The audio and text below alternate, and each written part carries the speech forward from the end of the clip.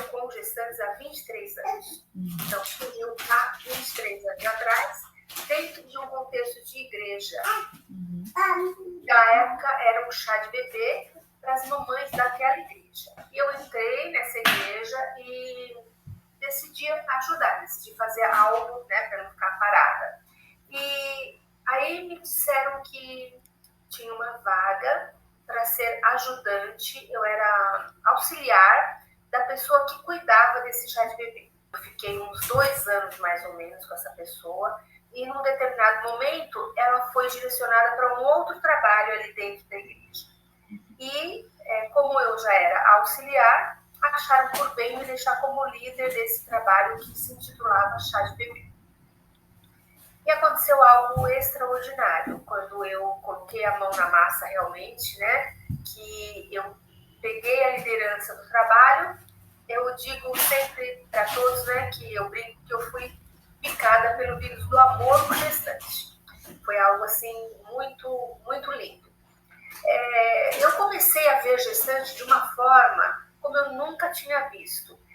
Parece que o meu olhar foi aberto para enxergar a dor delas, as necessidades, aquilo que elas necessitavam.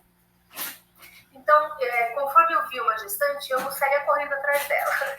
Era algo assim, parecia um imã que me puxava, né? Eu tinha que ir lá, eu tinha que conversar, eu tinha que conhecer suas dores, suas necessidades, né? Eu comecei a anotar tudo num caderno. E eu comecei a traçar um perfil dessa menina, né? Eu comecei a conhecer quais eram as necessidades.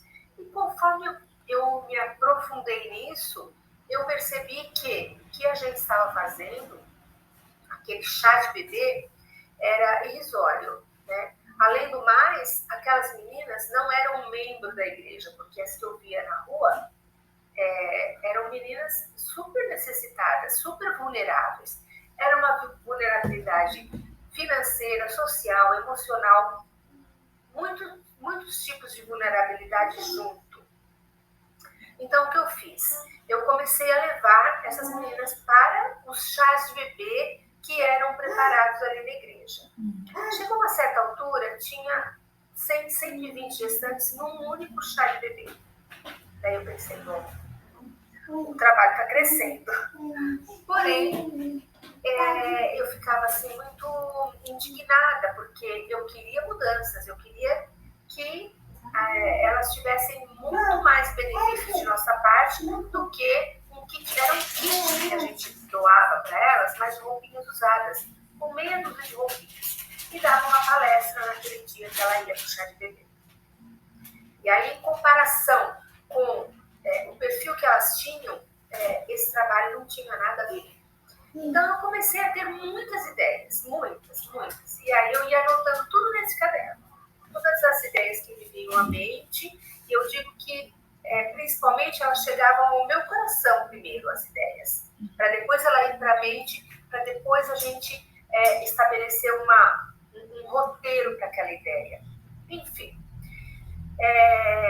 Eu fiquei trabalhando nesse chá de bebê por 5 anos. E aquelas anotações que eu tinha no caderno ficaram guardadas ali, né, por 5 anos também. Que chegou um momento eu pensei, eu acredito que isso não vai acontecer, tudo que está nesse caderno não vai acontecer, nunca vai florescer essa ideia. Mas nós sabemos que tudo tem um tempo, né, nessa terra, e no tempo certo, que eu creio que seja o tempo de Deus, aquele caderno floresceu. E ali tinham novas ações para o projeto, tinham novas ações para aquele trabalho, e surgiu então um projeto social dentro daquela igreja, chamado Projeto Amai. Bom, aí novas ações foram surgindo, já não era mais um kit de roupinhas usadas, já era um kit de roupinhas novas. A gente já conseguia até comprar uma bolsa de uma fábrica, né? Aquelas bolsas de gestante. Surgiu palestras diferentes, a gente tinha 6 palestras no lugar de uma, tinha mais algumas novidades. E eu fiquei nesse projeto a mais durante uns 15 anos mais ou menos. E eu já era funcionária daquela igreja. Eu fui contratada para secretariar a igreja. Então, aí desde o comecinho ali, eu já tinha um sonho de obter uma casa de parto. Por quê? Hoje, eu fui fazendo pesquisas e hoje eu sei que a demanda para São Paulo seria 32 casas de parto. Seria necessário termos 32. Só que nós temos apenas 3 casas de parto em São Paulo, subsidiadas pelo SUS. Então, esse sonho ainda prevalece, né? Eu ainda tenho o sonho de adquirir, porém, tinha um outro sonho que era, antes de ter a casa de parto, eu queria ter a nossa própria casa, porque o que ocorreu? Eu fiquei ali 20 anos, né, trabalhando naquela igreja, com o Projeto AMAI. Chegou um determinado momento que eu percebi que se a gente continuasse como projeto social, eu nunca iria conseguir nenhuma casa que dirá casa de parto.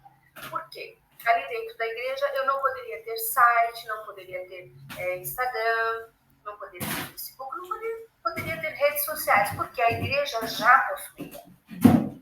Só que o nosso trabalho, embutido no meio de muitos trabalhos da igreja, ele se tornava assim imperceptível, né? Então havia a necessidade de se transformar numa ONG para que a visibilidade fosse maior. E a essa altura eu já estava assim com a liderança da igreja questionando, né? Vamos transformar numa ONG, não teve acordo, não teve resultado nenhum. E o que ocorreu? O chamado que eu tinha para esse trabalho era muito grande, ele estava muito latente no meu coração. Eu pedi demissão, deixei o projeto AMAI lá na igreja e saí. Saí realmente assim, com uma mão na frente e outra atrás, como dizem, né? E comecei do zero.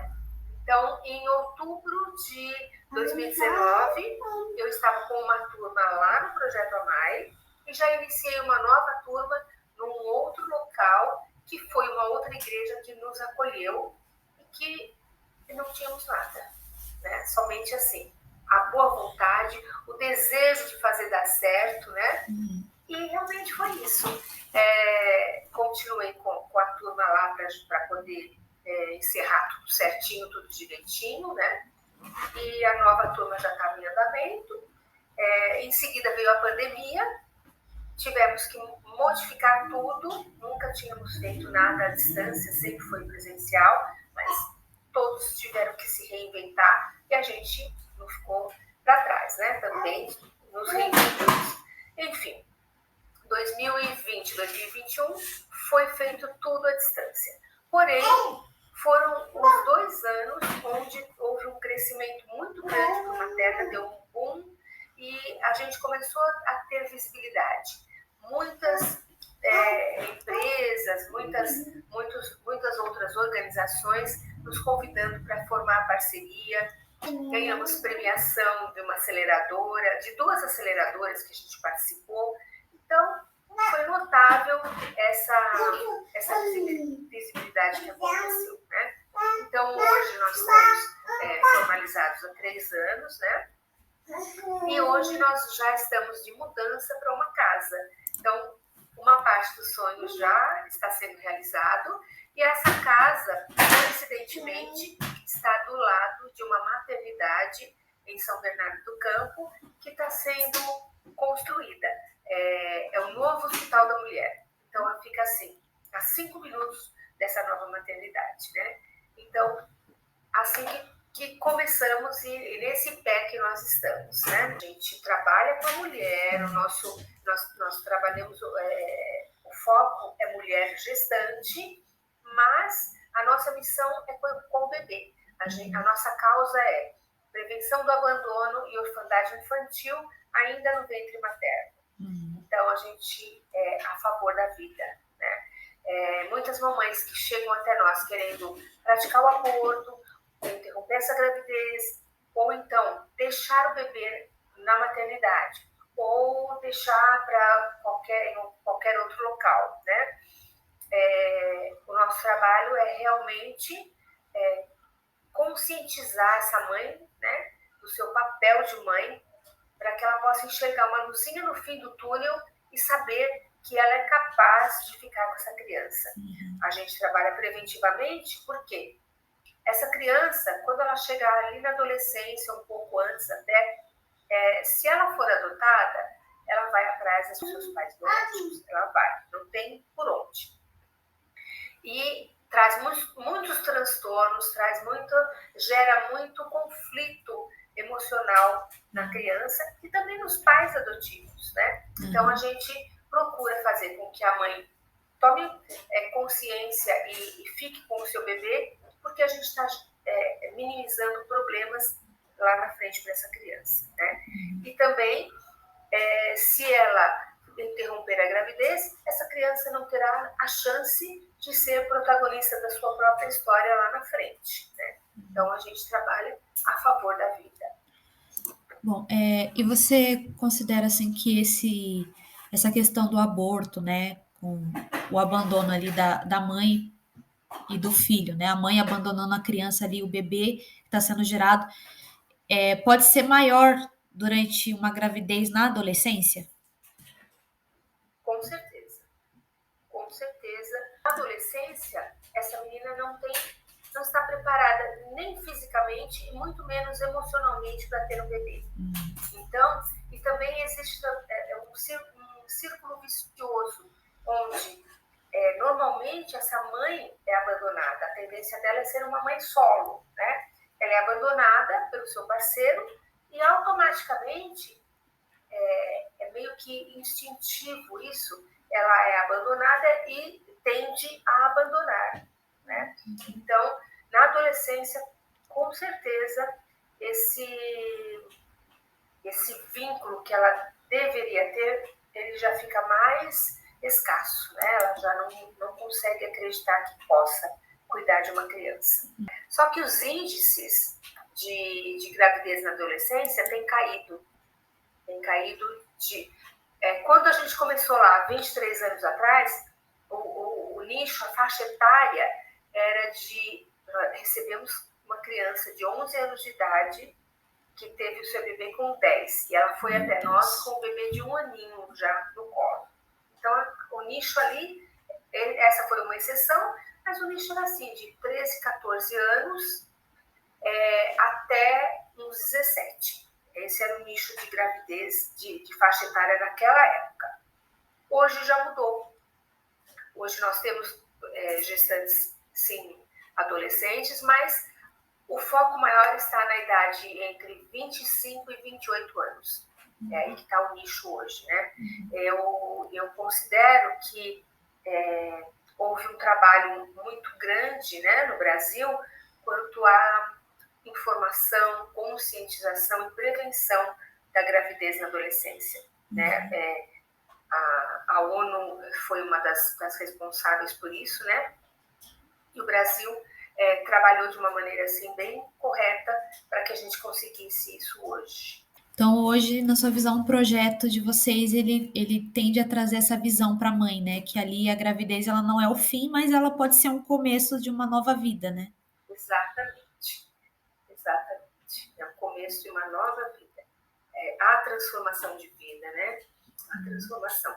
Ainda que não sejam, se nós atendemos 40 mamães no semestre, se eu te disser que as 40 vão ter transformação, eu estaria mentindo. Mas aquela vida foi impactada, de uma forma ou de outra, ela foi impactada. Agora, transformação realmente, nós temos de 40, talvez nós tenhamos uma transformação de vida, né? Mas o importante é que houve uma, né?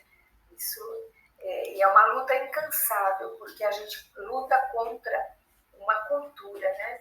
Essas mulheres vêm de uma cultura muito difícil e elas têm a tendência de ficar na sua zona de conforto e achar que aquela vida está perfeita para ela, né? Então a nossa função também é informar, abrir os olhos dessa gestante para que ela perceba que há um mundo melhor, que ela pode Isso é conseguir ter um mundo melhor, né? Tanto para si quanto para os seus filhos. Nós temos terapia em grupo, palestras multidisciplinares, são 12 palestras diferentes, né? Que eu chamo de curso para gestante, essas palestras. Tanto é que no final ela recebe um certificado de conclusão desse curso, né? Nós temos oficinas de artesanato e temos parceria com o Sebrae para cursos profissionalizantes, né? Temos o nosso bazar social, a gente procura fazer de tudo para se parecer com uma loja. E tanto é que a gente tem um dinheiro social. Então, nós temos esse dinheiro social, que é o Mastercard, ficou meio parecido com o Mastercard, o cartão, né? Mas meio que proposital mesmo. Tudo para quê? Para ela ter a sensação de poder aquisitivo. Isso aumenta a autoestima dela, né? E ela tem a sensação de que ela pode comprar. E ela gosta muito de participar do bazar, né? Sai assim, lotada de sacolas e leva roupas para si, para os seus filhos, para o marido, para a mãe, para quem ela quiser, né? Então é outra de nossas ações. Quando encerra essas 12 semanas, nós temos uma parceria com o Projeto Tesourinha, que é um projeto que ensina a arte da beleza para moradores de rua, para eles se ressociabilizarem, né? E aí eles atendem esses alunos, né, do Tesourinha, atendem as nossas gestantes e dão um dia de beleza para elas. Corte de cabelo, escova, manicure, maquiagem, sobrancelha, né? Então, e tudo isso vai fazer uma transformação nela naquele dia. A gente já aproveita, leva os nossos fotógrafos e eles fazem, então, o ensaio fotográfico da gestante. E isso é numa segunda-feira, porque é o dia de folga do Tesourinha. E logo em seguida, no próximo sábado, já é a formatura da gestante, né? A formatura / chá de bebê. A formatura que conta dessas 12 palestras. E o chá de bebê, por quê? Nesse dia, a gente faz uma festa realmente, com comes e bebes. A gente enfeita todo o salão como se fosse um chá de bebê, fazemos a decoração de chá de bebê. A gente doa, então, para elas um kit de enxoval totalmente novo e um kit de higiene pessoal para ela levar na maternidade. Fora os vários brindes que nós ganhamos durante a trajetória, né? E todos os convidados recebem um cupomzinho de sorteio e a gente sorteia os brindes ali para as outras mulheres, para os homens, crianças que estão participando, né? Mas esse dia é o encerramento da programação, porém não é o final ali para ela, porque a gente continua com essas meninas nos grupos de WhatsApp, cada grupo intitulado com o semestre, né, em que ela está participando. Agora, no dia 3, nós vamos formar 43 meninas, né? Então, as meninas do segundo semestre de 2022. Então, tudo que a gente recebe de benefício acaba sendo... ela acaba recebendo, né? Por exemplo, se nós tivermos cesta básica, não vai receber somente as mamães desse semestre, mas todas a gente acaba distribuindo para todos os grupos de WhatsApp. O que quer que seja uma nova parceria, né? Se tiver uma nova parceria, essa mamãe que esteve lá em 2019, tanto a mamãe que está agora aqui no segundo semestre de 2022, vai receber o mesmo benefício, entendeu? Termina a programação, mas não termina os cuidados que nós temos com ela, do apoio contínuo. Bom, a gente, como eu te disse, o principal é ir rumo a uma casa de parto. Nós já estamos assim com uma tendência de já fazer algumas ações para iniciar essa casa de parto, como, por exemplo, elas terem conosco um pré-natal. Como a casa de parto não necessita de médico, só necessita de obstetrizes, né? nós temos várias obstetrizes, então a gente já estamos num projeto, num planejamento para já tentar conseguir no próximo ano atender o pré-natal dessas meninas, né? Na nova casa, que talvez a gente consiga se mudar em março, né? Nós já temos ali um trabalho, porque nós temos investidores que vão pagar esse aluguel mensal dessa casa. E eles mesmos já vieram com um projeto de um maquinário para fazer caixas de madeira forradas com veludo. Essas caixas são para organizar gaveta, organizar armários, né? Então, a gente vai dar trabalho para essas meninas, vamos contratá-las, e ao mesmo tempo a gente vai ter uma creche ali, né? Para que essa mamãe que está trabalhando ali tenha onde deixar seu filho para poder trabalhar, né? Fora isso, a gente tem também, estou escrevendo um novo projeto chamado Caminho Suave, para cuidar dessas crianças pelo menos até 6 anos de idade, né? Ter, talvez assim, ainda está muito no começo, ainda é um embrião, mas assim, é muito trabalho pela frente, muito mesmo, né? Mas a gente quer cuidar dessa primeira infância, porque sabemos que é a estruturação de uma criança, né?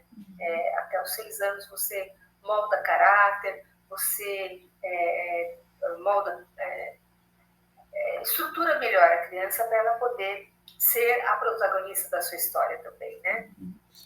E hoje vocês atendem qual região de São Paulo? Olha, normalmente, enquanto todos esses anos nós estivemos em São Paulo, agora que a gente vai mudar de cidade, mas todos esses anos, a grande maioria, a gente atende todas as regiões periféricas de São Paulo, da Zona Norte, Sul, Leste, Oeste, mas as zonas que mais nos procuram é a Zona Leste e a Zona Sul.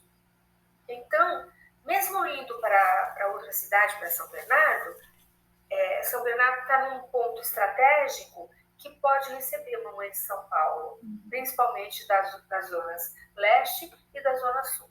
Fora todo o ABCD, né?